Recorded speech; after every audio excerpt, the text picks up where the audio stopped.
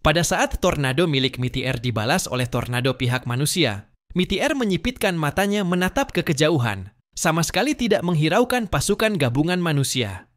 Karena saat ini dia justru melihat, dari langit perlahan turun seorang gadis manusia. Rambut hitam panjang terurai, tatapan matanya seperti air mati tanpa gelombang sedikit pun. Ketika menyapu jasad-jasad hancur di tanah, sorotnya sedingin es. Namun saat menatap Meteor, sorot itu tiba-tiba berubah menjadi membara. Inikah makanan terbaik yang dikatakan kakak padaku? Wilayah besar Jiangnan, kekuatan tertinggi Blizzard City, Zuyu turun ke medan perang. Zhang Yi dan Yang Xinxin telah memperhitungkan segalanya. Tentu saja mereka tidak akan melupakan keberadaan Zuyu ini. Dan kemampuannya justru merupakan pilihan terbaik untuk menghadapi Dewi Perang Meteor. Seorang asing yang mampu mengendalikan cuaca, daya rusaknya di medan perang benar-benar sulit dibayangkan. Dia bahkan bisa seorang diri menghalangi seluruh pasukan gabungan manusia dalam waktu yang lama, maka dia harus segera disingkirkan. Tanpa sedikit pun keraguan, Zuyu langsung berubah menjadi cahaya hitam, melesat secepat kilat menuju Meteor. Semua orang lain tidak dia hiraukan. Saat ini dia hanya ingin menikmati sebuah santapan besar. Sumber kekuatan dari jenderal berzirah perak tingkat Black Chariot. Itulah makanan terbaik, sekaligus makanan yang paling dia dambakan. Di tangannya, sebuah tombak hitam raksasa terbentuk, dan dengan kecepatan tinggi, dalam sekejap dia sudah mendekati Meteor. Lalu satu tusukan diarahkan tepat ke jantung Meteor dengan sangat ganas. Meteor tidak sedikit pun berusaha menghindar. Dia adalah pengguna kemampuan tipe pelepas, tidak ahli dalam pertempuran jarak dekat. Namun, serangan tingkat ini memang tidak perlu dihindari. Saat Zuyu memasuki jarak 10 meter di sekitar Meteor, sebuah badai besar meledak dari tubuh Meteor, membentuk penghalang angin tak kasat mata yang menghantam keras. Hembusan angin kencang menekan wajah Zuyu hingga berubah bentuk, gerakan menyerangnya langsung terhenti. Dia datang dengan kecepatan luar biasa, namun terhempas dengan kecepatan yang lebih cepat, seperti peluru meriam terlempar balik ke arah semula. Berani-beraninya menantangku duel, cari mati! Meteor melirik tombak hitam di tangan Zuyu. Merasakan gaya bertarungnya, dalam hatinya sudah mendapat sedikit gambaran. Bertumpu pada kekuatan fisik utama, dipadukan dengan sedikit kemampuan tipe pelepasan ya. Tapi badai barusan. Jangan-jangan dia bisa mengendalikan angin. Kalau begitu, aku hanya perlu tidak memberinya kesempatan bertarung jarak dekat. Meteor mengangkat tangannya, seperti seorang konduktor orkestra mengayunkan tongkatnya. Dengan nama badai! Begitu suaranya jatuh, udara di sekitar tubuhnya mendadak bergolak hebat, seakan diaduk oleh kipas raksasa milik dewa. Lalu dengan cepat terbentuk belasan tornado raksasa. Pergi, binasakan dia! Meteor memberi perintah. Angin ribut mengikuti arah telunjuknya, langsung menyerbu Zuyu. Meski baru saja terkena hantaman, namun penghalang badai itu tidak cukup mematikan, lebih bersifat pertahanan. Jadi sama sekali tak bisa melukai tubuhnya. Tubuh Zuyu adalah tubuh tipe kekuatan. Sangat tangguh, dengan kemampuan penyembuhan diri yang luar biasa, seperti hantu. Melihat kemampuan Meteor dilepaskan, bibir Zuyu terangkat sedikit membentuk senyum. Lalu dia membalik tombak hitamnya, melemparkannya ke arah tornado. Tombak hitam yang panjangnya kurang dari 2 meter itu, dalam proses terbang terus membesar, dan ketika mencapai formasi tornado, tiba-tiba meledak dengan dahsyat. Roar! Seakan raungan binatang purba yang besar, energi kegelapan meledak, berubah menjadi badai kacau, langsung mengacaukan putaran tornado. Kekuatan cuaca lebih banyak memanfaatkan kekuatan diri untuk memengaruhi kekuatan alam. Jadi, Meteor bukan menciptakan tornado dengan kekuatannya sendiri, melainkan menciptakan kondisi berbentuk badai yang memicu fenomena angin ribut. Ada perbedaan jelas di antara keduanya. Yang pertama lebih kuat, sedangkan yang kedua lebih alami, hampir tanpa konsumsi besar. Justru karena itu, Zuyu bisa dengan mudah menghancurkan badai tornado raksasa itu. Meteor melihatnya, tatapannya tidak menunjukkan gelombang sedikit pun. Dengan sekali ayunan tangan, Badai kembali menderu. Dia memanggil angin, membuatnya berkumpul, berputar, dan syarat dengan kekuatan penghancur. Boom! Dari langit, pusaran spiral pekat mulai terbentuk dalam awan gelap, berputar dan jatuh menyentuh tanah. Begitu badai hitam menyentuh bumi, seketika terbentuk ratusan tornado raksasa. Sekitar medan perang sudah tak mungkin ada tentara yang bertahan. Bahkan prajurit Kekaisaran Wuluan, bila sedikit lebih dekat, pasti langsung tersedot masuk tornado. Kedua pihak prajurit tidak ada yang berani mendekat ke area itu. Bahkan mesin-mesin hidup pun segera menjauh, memberi ruang luas bagi pertempuran keduanya. Aku ingin melihat, dengan kekuatanmu, bisa bertahan menghadapi kekuatanku sampai kapan? Nada suara Mitier sangat dingin. Di atas medan perang, terlebih lagi di wilayah utama Kekaisaran Wuluan, dia memiliki keunggulan luar biasa, yaitu dia lebih memahami perubahan iklim di sini daripada siapapun dan bisa dengan mudah memicu berbagai fenomena alam. Hanya dengan memanfaatkan kemampuan penghalang angin, dengan sifat lembut namun memantul balik, dia bisa mencegah lawan mendekat untuk menusuknya. Dengan begitu, dia bisa terus mempermainkan lawannya. Boom! Ratusan tornado bagai dinding, menakutkan, menyapu mendekati Zuyu. Sepanjang jalurnya, segalanya dihancurkan. Tanah terbelah, bangunan runtuh, jasad-jasad prajurit, serta puing mesin-mesin hidup tersedot tinggi ke udara. Kekuatan mengerikan ini untuk menghancurkan sebuah kota saja tidak akan memakan waktu lama. Inilah dahsyatnya kekuatan alam. Zuyu berdiri melayang di udara, melihat deretan tornado menyapu mendekat, matanya tetap tanpa ekspresi sedikit pun. Dia hanya perlahan mengulurkan tangan kirinya. Telapak tangannya yang lembut dan ramping seakan mengandung kekuatan tak terbatas, lalu mendorong ringan ke depan. Pecah! Sebuah kekuatan tak kasat mata meledak, seketika membuka sebuah lubang besar pada dinding tornado itu.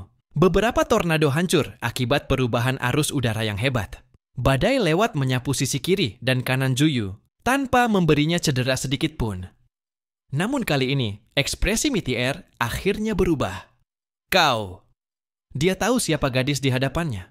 Karena Zuyu menunjukkan beberapa kemampuan yang sama sekali tidak sejalan, orang semacam itu hanya dia ketahui satu, yakni pembunuh gila yang selama berhari-hari di dalam wilayah Kekaisaran Wuluan telah membunuh begitu banyak asing tingkat tinggi. Tatapan Mitier menjadi semakin dipenuhi kebencian. Dia mengulurkan tangannya menunjuk jauh, dan tornado-tornado yang sebelumnya mengamuk liar di medan perang tiba-tiba seakan memiliki kesadaran, berbalik arah, menghantam keras ke arah Zuyu. Boom, boom, boom.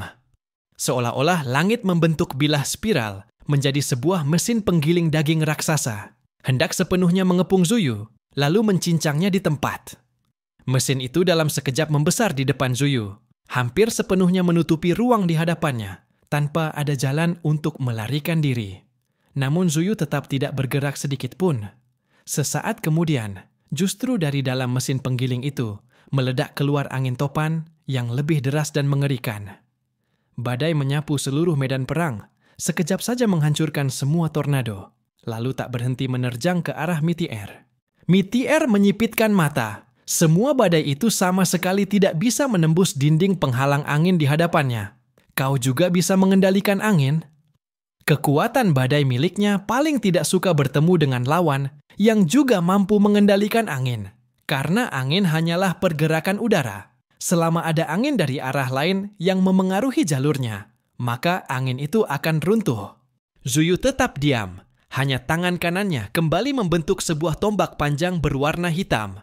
Tombak penyihir, sebuah senjata perwujudan kekuatan gaib dengan daya serang yang ekstrim. Boom! Kecepatan luar biasa itu memicu ledakan sonik. Mitier di udara terus mengibaskan lengannya. Barisan angin kencang menghalangi di antara mereka berdua. Namun kali ini, Zuyu sudah melihat dengan jelas pola serangan Mitier.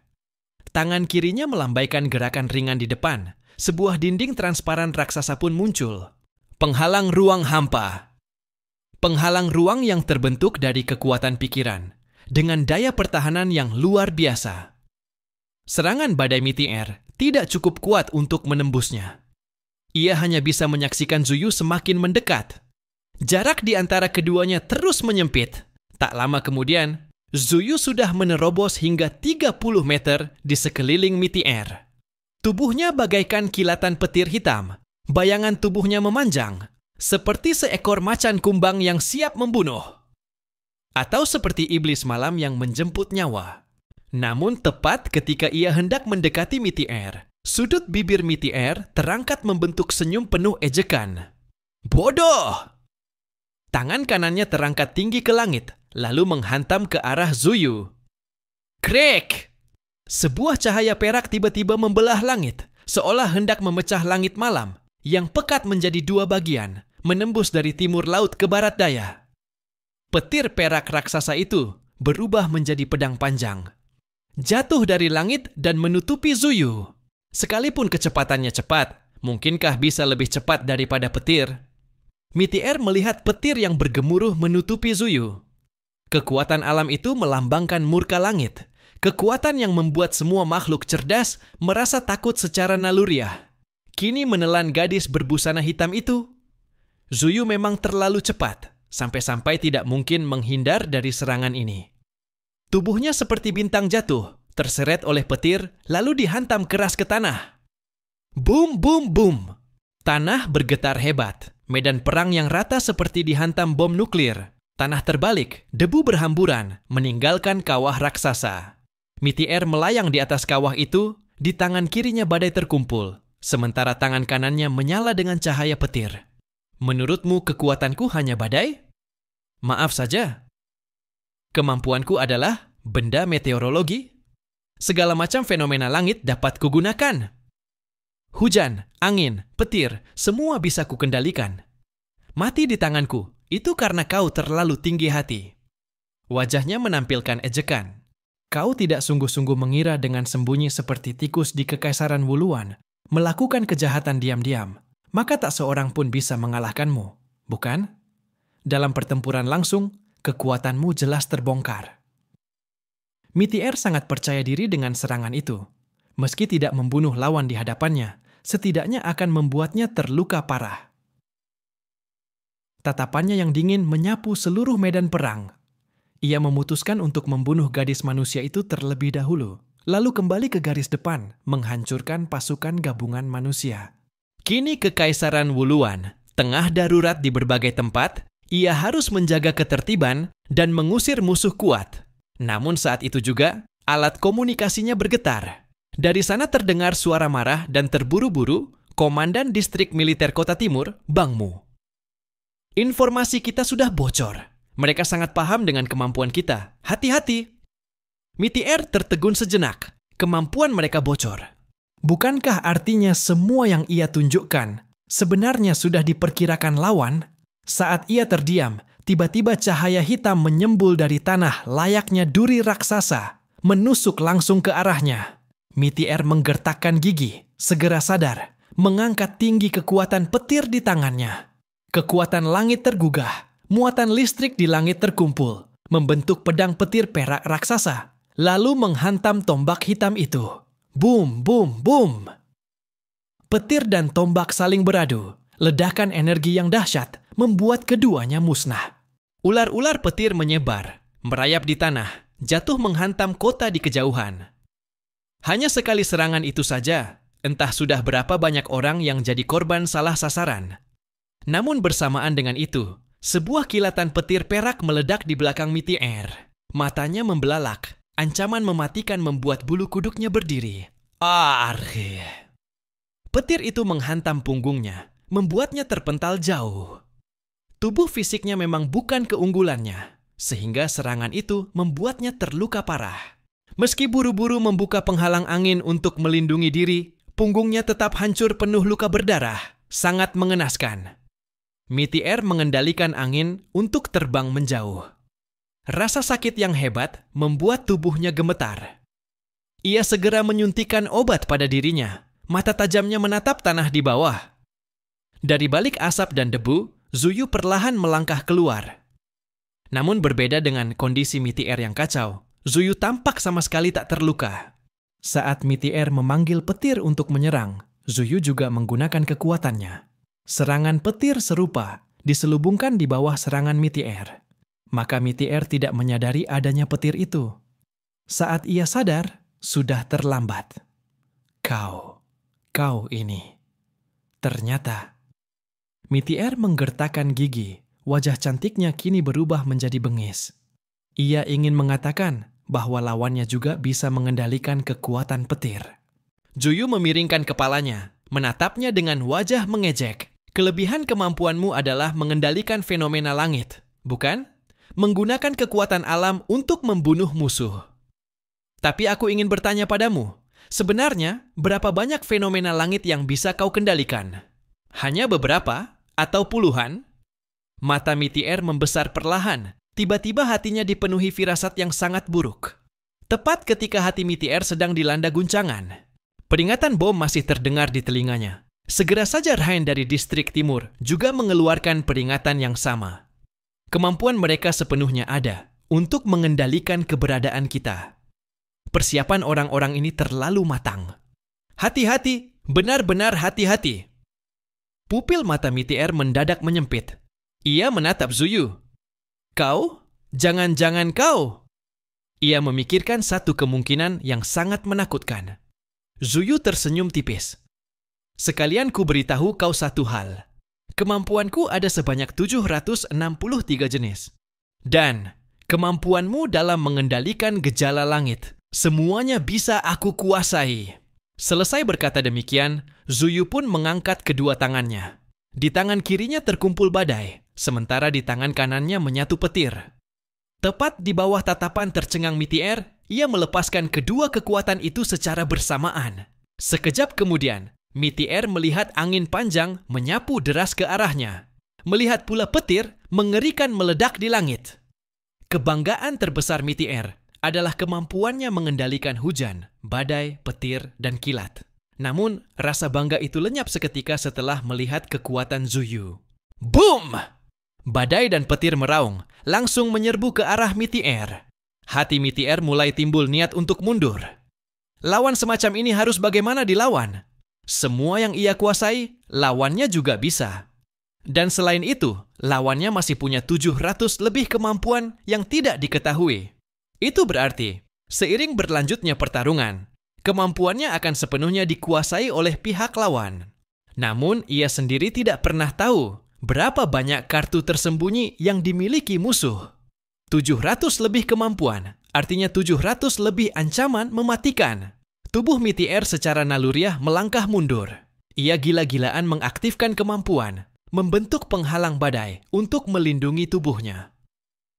Petir dan badai menghantam datang. Keras membentur dinding badai yang ia bentuk. Sekejap bumi berguncang hebat. Hanya energi yang menyebar keluar saja sudah cukup membuat tanah belasan kilometer sekeliling hancur berkeping-keping. Lari! Saat ini Mitier sangat ingin melarikan diri. Lawan seperti ini benar-benar tak bisa dihadapi. Namun, kemana ia bisa lari? Ini adalah negerinya.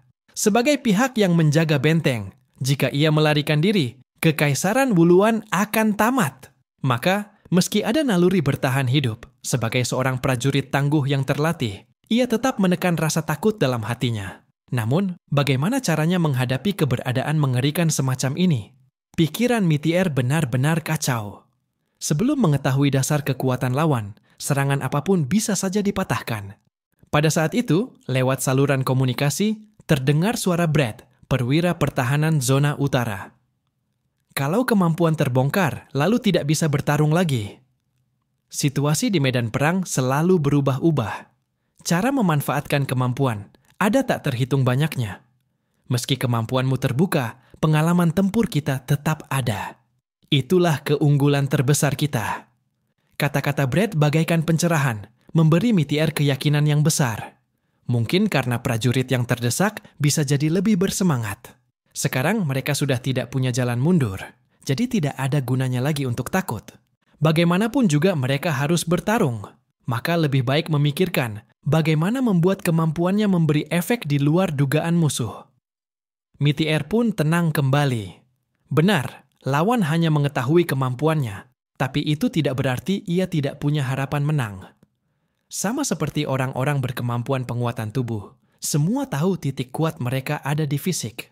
Tapi apakah itu berarti mereka yang paling lemah? Tentu tidak. Mitier mengingat baik-baik serangan badai dan petir dari Zuyu barusan.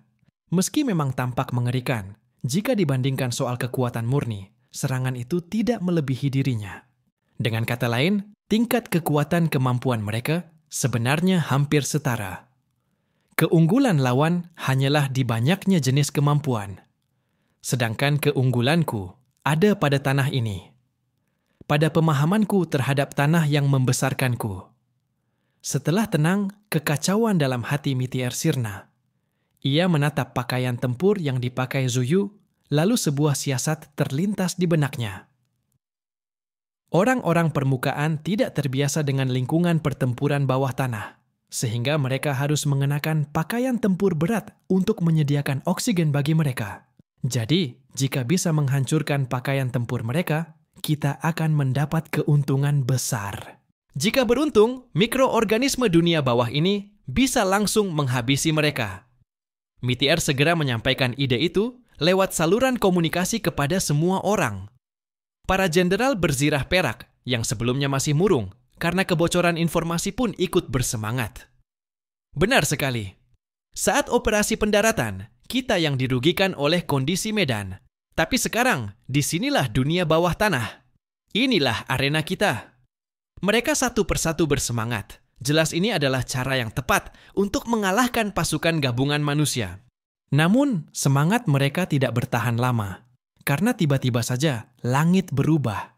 Benar-benar berubah dalam arti sebenarnya. Tirai besi langit yang selama ribuan tahun menaungi Kekaisaran Wuluan mendadak lenyap. Dukungan tembakan artileri pun otomatis hilang. Sebaliknya, 3 kapal perang super raksasa, senjata perang puncak teknologi ras Changli, menggantung di angkasa Kekaisaran Wuluan, bagaikan 3 dewa penghancur besar. Lukeran sendiri tidak tahu mengapa ini bisa terjadi, karena dalam rencana serangan mereka, bagian ini sama sekali tidak ada. Hanya bisa dikatakan, situasi di medan perang berubah terlalu cepat, tak seorang pun bisa benar-benar memprediksi. Namun ini adalah kabar baik. Tanpa ragu sedikit pun, Lukeran langsung memberi perintah pada ribuan mesin hidup rekayasa di atas ketiga kapal super itu. Mereka punya sebuah rencana, awalnya dipersiapkan untuk digunakan setelah Kekaisaran Wuluan ditaklukkan, dengan tujuan melenyapkan semua manusia kadal. Namun sekarang, dengan lenyapnya tirai besi langit, rencana itu bisa langsung dilaksanakan. Dari sisi kapal-kapal super itu, ruang peluncur dibuka, lalu 3 proyektil raksasa ditembakkan ke arah Kekaisaran Wuluan. Setiap proyektil besarnya setara dengan rudal balistik antar benua. Namun andai pun di dalamnya dipasang hulu ledak, dewa kematian cinta, paling-paling hanya bisa menghancurkan sebagian kecil wilayah Kekaisaran Wuluan. Bagi negeri sebesar Kekaisaran Wuluan, senjata itu tidak dianggap terlalu berbahaya. Bahkan jika diarahkan ke kota pusat sekalipun, tetap bisa ditembak jatuh oleh sistem pertahanan udara paling ketat di sana. Hanya saja, ketiga proyektil itu tidaklah jatuh ke tanah. Mereka justru ditembakkan ke 3 arah yang berbeda. Di langit, terbentuklah segitiga sama sisi yang sangat rapi. Lalu, bom itu meledak di udara. Yang muncul bukan gelombang kejut maupun api, melainkan cahaya. Cahaya sangat kuat hingga bisa membutakan mata. Untuk pertama kalinya, langit Kekaisaran Wuluan muncul matahari. 3 matahari bersinar menyilaukan, memancarkan cahaya membara, dan dalam sekejap meliputi seluruh negeri. Seluruh Kekaisaran Wuluan, semua sudut yang bisa dijangkau cahaya, kini tertutup terang. Seorang sulit untuk digambarkan, seperti rasa sakit terbakar oleh api yang menyala, membuat setiap orang kadal yang terkena sinar cahaya itu mengeluarkan jeritan memilukan. Kulit mereka seperti melepuh tersiram air panas, memerah dan membengkak, lalu muncul satu demi satu lepuhan besar. Di dalam cahaya itu, seolah terkandung racun mengerikan, membuat mereka tersiksa hingga tak tertahankan, berteriak-teriak mencari tempat untuk menghindari sinar tersebut. Benar, dari 3 kapal perang super itu, yang ditembakkan adalah bom sinar ultraviolet. Dan bukan hanya sekadar pelepasan biasa. Setelah 3 bom itu meledak, dari dalamnya seperti hujan turun ribuan bom kecil ultraviolet. Bom tandan anak induk itu jatuh menghantam ke segala arah Kekaisaran Wuluan, menciptakan sebuah lingkungan yang amat menakutkan, sekaligus mematikan.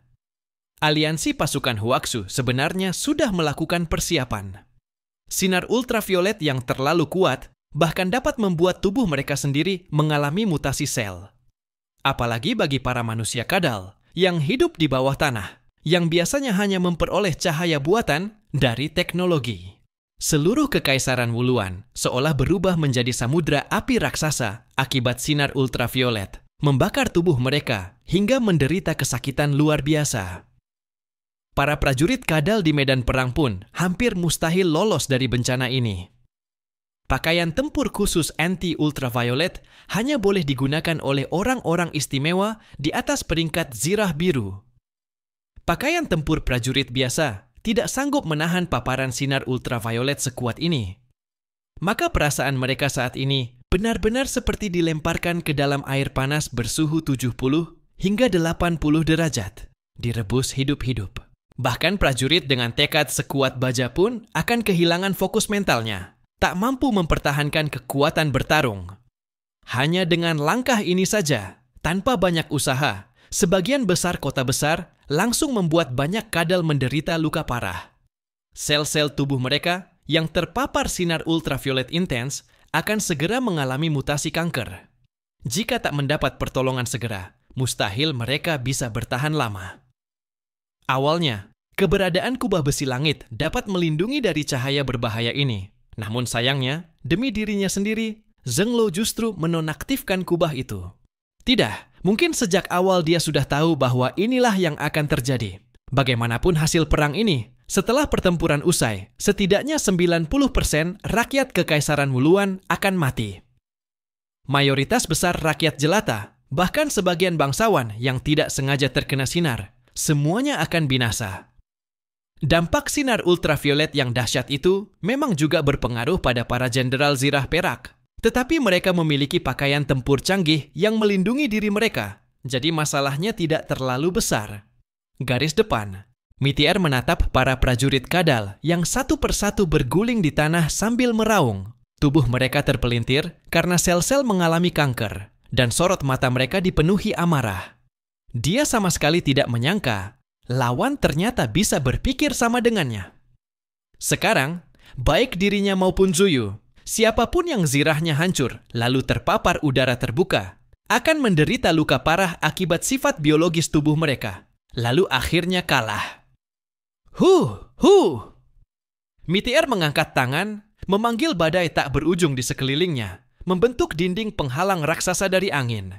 Dia kini harus melindungi dirinya dengan baik. Sebab bila terpapar sinar ultraviolet setajam itu, tubuhnya juga akan mengalami mutasi kanker dalam jumlah besar.